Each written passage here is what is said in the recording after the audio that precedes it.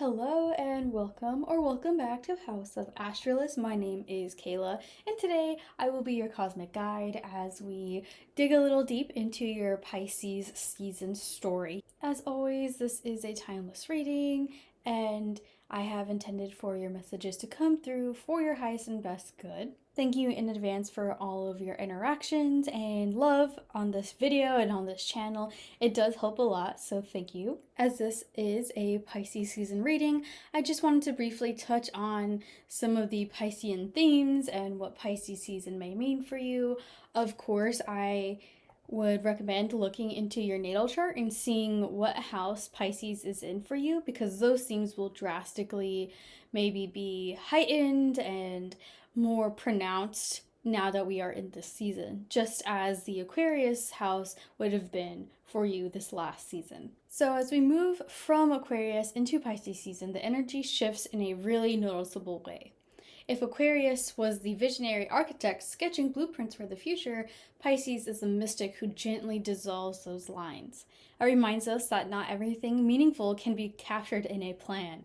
Some truths can only be felt. Where Aquarius thinks and analyzes, Pisces feels and flows. Where Aquarius asks, what vision can unite us?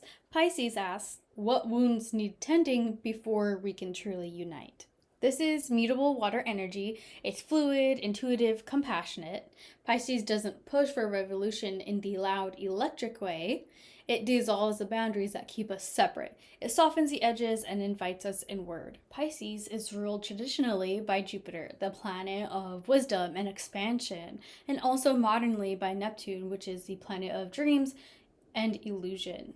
Also spiritual vision. In the tarot, Pisces resonates deeply with the moon. That liminal landscape where things aren't quite what they seem, maybe some fears hidden down in the deeps, and you have to really go inward to look at them and realize that your fears may be blown out of proportion, and you have to dig deep and not let that fear scare you any longer. This season asks us to trust what we sense in the dark, to trust intuition over proof, faith over certainty.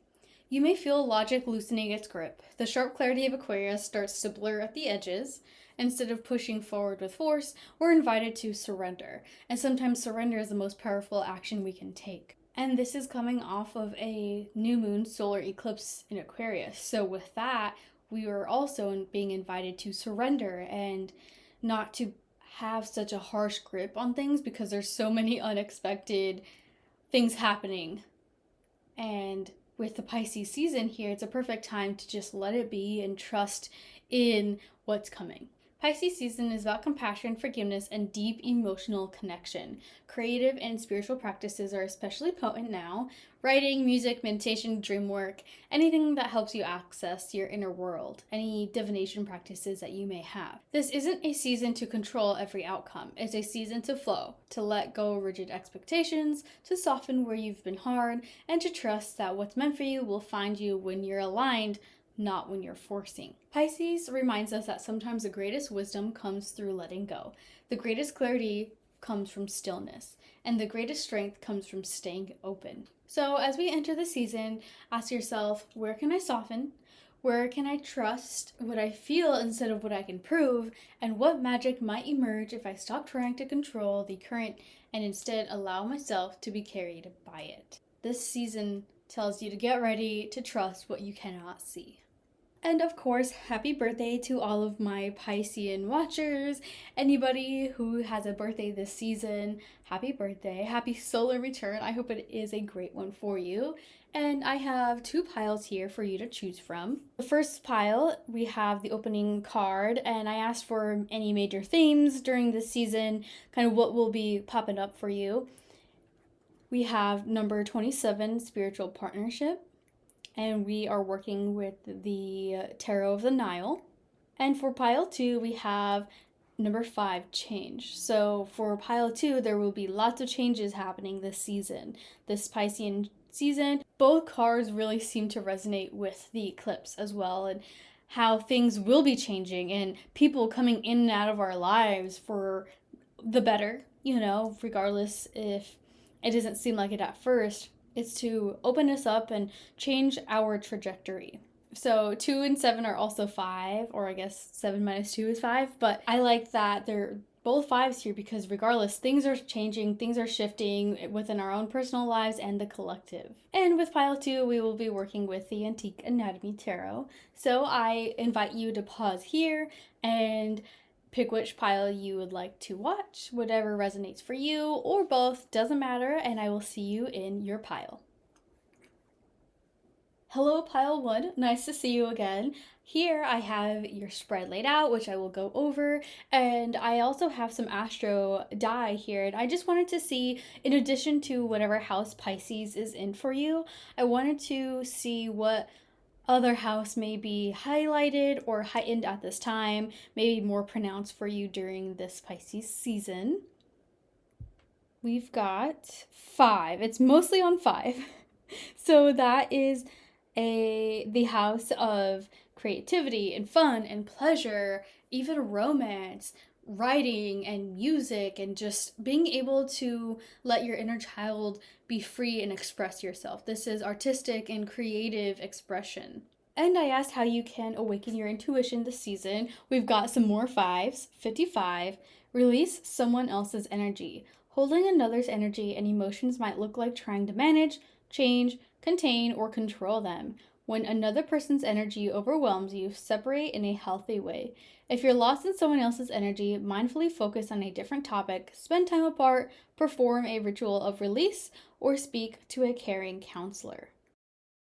You know, as someone who cares deeply about other people myself, and maybe I can be labeled as an empath, I really do tend to hold on to other people's energy because I want them to do good, but I can't manage them all the time. I can't change or control their choices, so I have had to learn how to let that go and just be there when you can, but not let it affect you so much where you're carrying it and thinking about it constantly. So this is an invitation for you to also release and put your oxygen mask on first, not to worry about what other people are doing with their own lives, because you can tell them exactly what they need to live the best life that they could, but they won't listen, and that's okay. That is their choice, and they are using their free will to do that. So release someone else's energy to bring in a partnership of your own, whether that's with yourself or with a spirit or another being. You are being invited to free up that space in order for something more aligned to come in. So off the bat, just with all of these cards here, I see an opportunity of working with other people, partnering with other people, with other ways and other beings around you, other modalities. So this partnership is kind of being literal here. First, we have the Ace of Cups, where you are literally being handed something. And of course, it's your choice to take it or not. But then the Six of Pentacles, it's this exchange, this hopefully equal exchange of things. And then with Strength, this is a partnership within itself that has trust and compassion. And then the Lovers, like, you can't be any more literal about a partnership. And this, of course, is within ourselves, but then with the external world around us, because what is external matches the internal and vice versa. So this is a month of making sure that you are balanced and not carrying other people's stuff. Being able to let go so that you can be creatively inclined and free to explore and do your own thing. With the Ace of Cups, I'm being led to say that if you are gripping on too tightly to someone's emotions, like this card suggests, then it's, again, referring to letting go so that you may not be so overwhelmed with their own stuff. And then that can open up and give you nutrients somewhere else. And so that you don't have to close yourself off. It's not asking you to close off and be completely guarded, but to have boundaries, and you don't have to fill everybody's cup. You don't have to nourish everybody else, but you can also be nourished in return. I also just heard not to cling on to people just because you want some sort of relationship. If you are looking for a best friend, you shouldn't just cling to anybody who is there giving you attention. You shouldn't cling to anybody who's giving you attention in a romantic or platonic way, or if you really want a certain quality in someone, you can't just cling on to the first person that has that, because it may not be working out for you, and you may be jaded and you can't see the bigger picture. So it's releasing that tight grip that you have on some emotional fulfillment need that you are looking for. Just because you have a partnership doesn't mean it's the best one. And sometimes people come as tests, and relationships are here to come and go, unfortunately, but we can still learn a lesson. You don't have to stay there just because you're comfortable.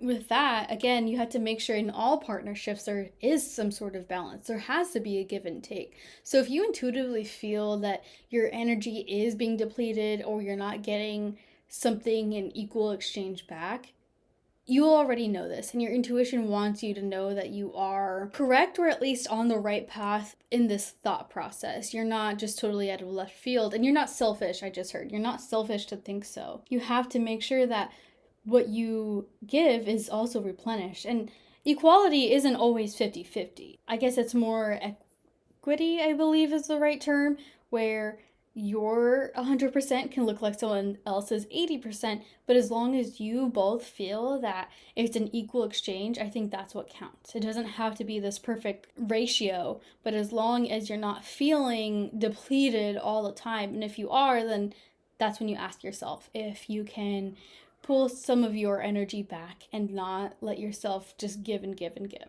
Oh, and for this card, I just also heard, and for someone out there, for whoever this part will resonate for, if you are kind of wary about a give and take situation, or you have been offered something, but your intuition is telling you or making you feel like it's not right, or there's maybe a catch, or there's something there under the surface that you're not iffy on and you don't know why, but you feel some type of way about it, you're being invited to trust your intuition on that. Trust that you're feeling this way for a reason. I also love that strength came out, especially for this season and for this time, because I am getting the sense that this is very internal. This is an eternal strength and internal compassion for yourself. That can look like taming your demons, your ego, or just being nice to yourself, to the wild parts of you, and making sure to have compassion and grace for that, but also not letting it run the show, because ultimately you drive the bus. You can't let your wild pharaoh side do it if they are constantly not showing up in the way you would like in your life. So if you're letting that side of you kind of run the show and it's causing havoc in your life, talk to it. Talk to the sides. You can simply say that you see and acknowledge them, but they need a different role. They can't continue doing this to you if it's causing havoc, anxiety, or some sort of strain in your life. You have to be tender to it and not treat it like everybody else has in a mean way. This can be your inner child with strength as the Leo card, and Leo's the inner child. So this is very fifth house stuff as well. And maybe having an outlet so that you can heal this side of you in a creative way, whether that's writing, art in whatever way, speaking, like you, music even. There's a way to do it and get creative with it. Show yourself some love and show others. If there's someone you need to be compassionate towards, you can be. And I say that hoping you know that your situation is different from everybody reading this. So if that resonates, then you can take that as well. But if it's not for someone else, at least yourself. Especially if you want a relationship with someone in whatever way, or you want a partnership, you have to be compassionate towards yourself and others so that that can come in and manifest for you. If you're closed off to that side of you who wants this connection, then you may not get that if you're closed off, or you may get a relationship that will show you a shadow side and you would have to work through that. So there's so many ways that this can work out. Just be kind and compassionate, and you can heal in that sense. Once you are able to surrender and go with the flow that this Pisces season is inviting you to partake in, the lovers is the blessing. The blessing of the lovers is being able to integrate and partner with one yourself, but also other people.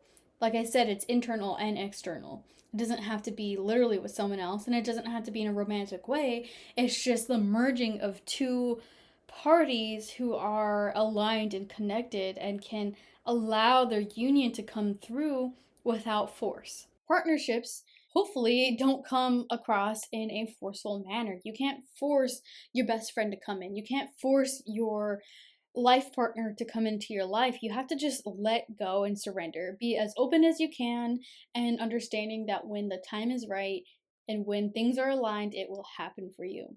So when you don't force, you can really come to that understanding of the flow and being able to just allow the divine to be divine and allow it to open up for you and allow your gifts to come in, your blessings. And you also don't need other people. You don't need someone to complete you. You should be complete on your own and just be fulfilled and more content with someone else rather than hoping this partnership will completely bring you to wholeness. I'm being guided to share to make sure that you aren't in that shadow aspect of thinking you aren't whole as you are and that you need someone else to do it for you.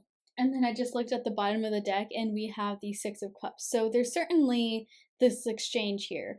This whole theme is about exchanging and partnerships, but you have to be open to receive. So with that, pile one, best of luck with your Pisces season ahead of you. Let me know down in the comments what house Pisces is in and if there are any themes you already see with this eclipse that just happened right before. Thank you so much for being here and allowing me to read for you. I'll either see you in the next pile or I'll see you in another reading. Welcome back, pile two. I have your cards laid out here. I have some guidance for awakening your intuition. And before that, I did ask, in addition to whatever house Pisces is in for you, what other house will be heightened at this time? Anything that will be more highlighted, and what themes will come up for you in this house? Oh, we got 5 again on my view here. It's 5 again. The last pile was also 5, which has changed. And the 5th house is that creative expression. It's romance, it's your inner child and being able to creatively express yourself through whatever modality works. Music, writing, art, however that looks for you. It's this 5th house that's wanting to come through. So to awaken your intuition, we've got 47. Practice non judgment for clearer intuition. Having strong emotions and opinions about others is natural, yet intuition is best channeled through an open mind and a calm heart. If you've formed an exclusionary, fixed judgment about a person or situation, consult someone intuitive and objective. Engage neutrality to avoid narrowing your interpretations. Discern other layers of truth. That openness is a really big theme here, especially with Pisces, just being open to the flow and things that we truly just don't understand because it doesn't seem logical. I think this non-judgment practice is really important because sometimes you can get a really strong feeling about someone or something and maybe not know why, and that's intuition. But if you're just judging just to judge, that's not intuition. And maybe with this practice, you can discern when, oh yeah, that's my logical judgmental brain, and okay, no, that was actually my intuitive brain letting me know something is up with this person or this thing, whatever it may be. So it's helpful to have different ways to sense what is coming up and detect whether it's intuitive or not. I'm seeing the theme of change in all of these cards, and I'll start with the Queen of Pentacles, the Queen of Coins in this deck, because the story that I'm getting here is more intuitive and not directly Queen of Pentacles herself, but whoever this part will resonate for, I'm getting that if there's a idealistic picture of yourself that yourself or others have framed for you and put you in this neat little circle, and it's that persona that we have, for example, at work, or the expectation of, I'm going to use the eldest daughter expectation because I am an eldest daughter and there's always lots of pressure, and other people know you as this because that's what they want to see in their mind, but deep down you have a different version of yourself. So I am being led to say that if this picture perfect framed version of yourself isn't working for you and you want change, you're being invited to do that, to make your own frame and your own boundary and your own version of yourself that doesn't rely on other people to tell you who and who you aren't. And I'm being led to say, who gives a damn if they don't agree with this new and actual version of yourself? Who gives a damn if their image of you doesn't fit their perception? That's on them. That has nothing to do with you. So you can let this picture perfect image and version of yourself go if you really want, or at least provide yourself some room to unmask and let go of that and create and express yourself in whatever way you want. You don't have to be this version of yourself, this curated version of yourself all the time. You can let go once in a while, change how others see you, and that's okay. If someone else's world comes tumbling down because you change, I don't think that's a healthy dynamic, and that has nothing to do with you. It's the other person is letting themselves harbor and cling on so tightly to this version of yourself.